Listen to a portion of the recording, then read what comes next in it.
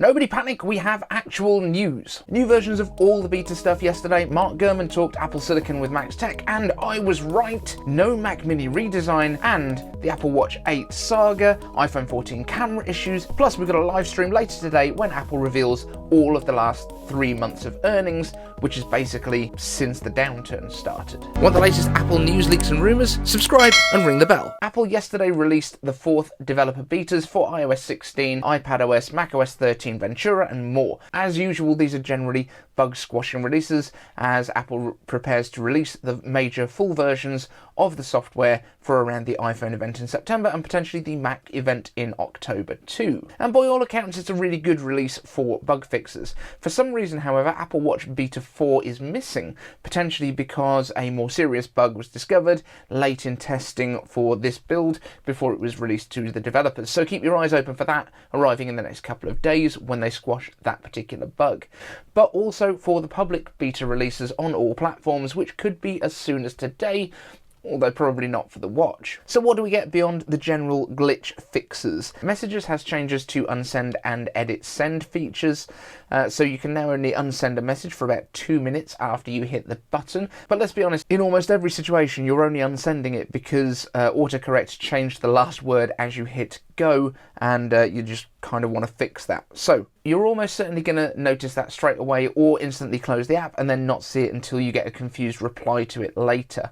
So in terms of message editing, you now get an edit history just like on other platforms. Again, this means that you shouldn't probably tell your boss what you actually think of them and then edit it afterwards. It's for those typos or to clarify what you meant when you reread or spot a typo. There don't seem to be any more active changes beyond stability, performance and efficiency improvements, so therefore potentially better battery life, but we'll keep you updated if anything else comes up to the surface. On to some meatier stuff. Mark Gurman joined Vadim on Max Tech's channel this week, mainly to annoy John Prosser, who had invited him onto the Genius Bar podcast to talk Apple Silicon, chips and redesigns. And one of my favourite things that he said was that Apple will be basing the M series chips on the same year's A series chips, giving an annual update cycle, as I've been saying since late 2020. Even when pressed by Vadim that Apple would have to skip some years as it looks like they're doing an 18-month refresh cycle for the product, Mark said no,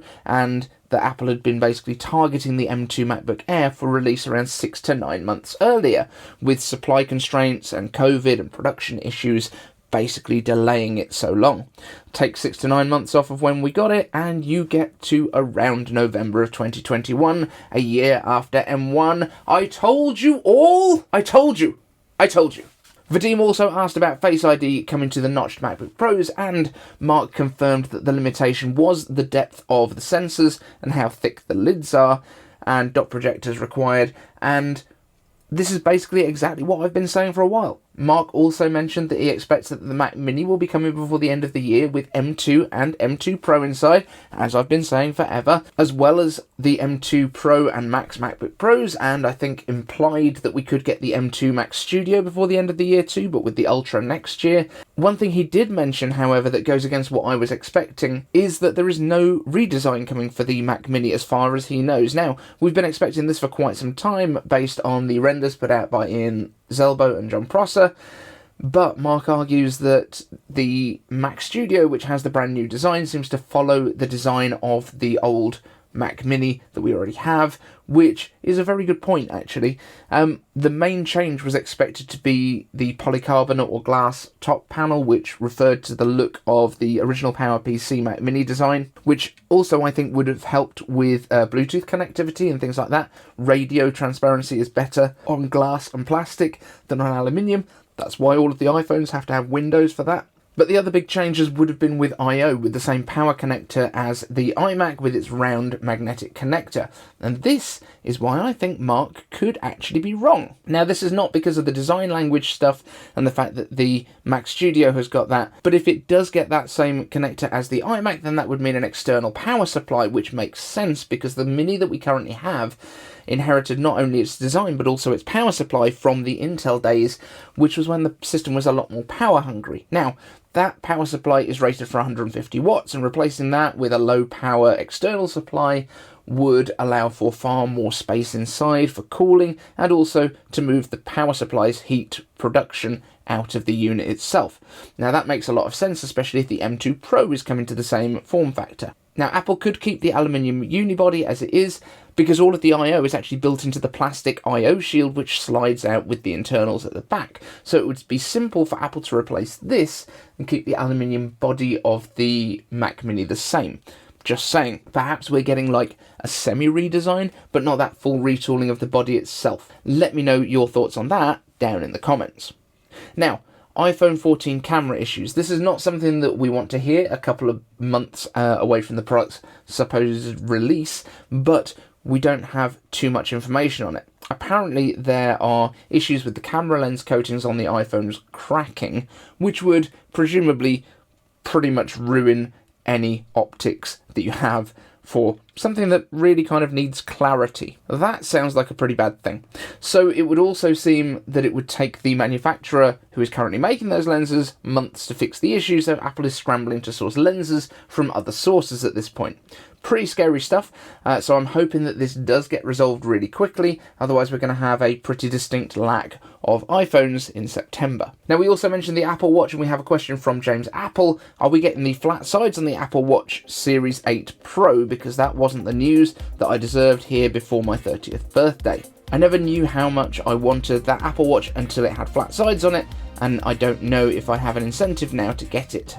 Oh, this Apple Watch thing is an absolute mess. Nobody seems to know what's going on. Mark Gurman is saying that it's not going to be round, but it's not going to have flat sides, but it's going to be an evolution of the current design, but a little bit flatter, but not...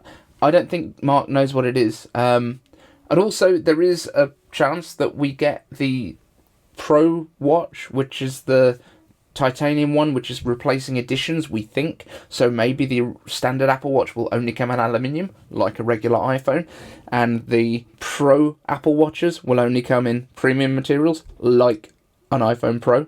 Makes sense, doesn't it? But it might be that we have different designs from the regular iPhone to the Pro iPhone in terms of the sizes. Well, we know that we're going to get different sizes because we're going to get that huge watch face on the Pro ones.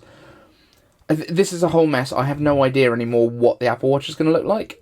Nobody seems to know what it's going to look like. Everyone is saying, yeah, it's not that, but it's a bit like that, but it's not quite like that, but it's a bit...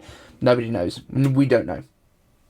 Anyway, we are live streaming later tonight because it is Apple's earnings call. I know it's normally pretty dry. We'll be starting about half an hour before that earnings call because normally the documents drop before the call happens. We're not going to be told about new products. We're not going to be told about anything like that. However, what we are going to be able to see is how much the supply chain shortages have been affecting Apple. That's going to be quite interesting, and what Tim Cook sort of reveals about the future of the supply chain issues that we seem to be having. So, he may temper expectations for iPhones. However, it does look like they're making more iPhone 14s than they have in the past. Not that they've made iPhone 14s before, but also that a lot of the Android manufacturers are cutting their production, and Apple is upping theirs, so that's pretty positive. Anyway, we will see you later on today. Make sure that you set your reminders, and I will see you then. Thank you so much to the Patreons, and we will see you in the next one. Want the latest Apple news, leaks and rumours? Subscribe and ring the bell.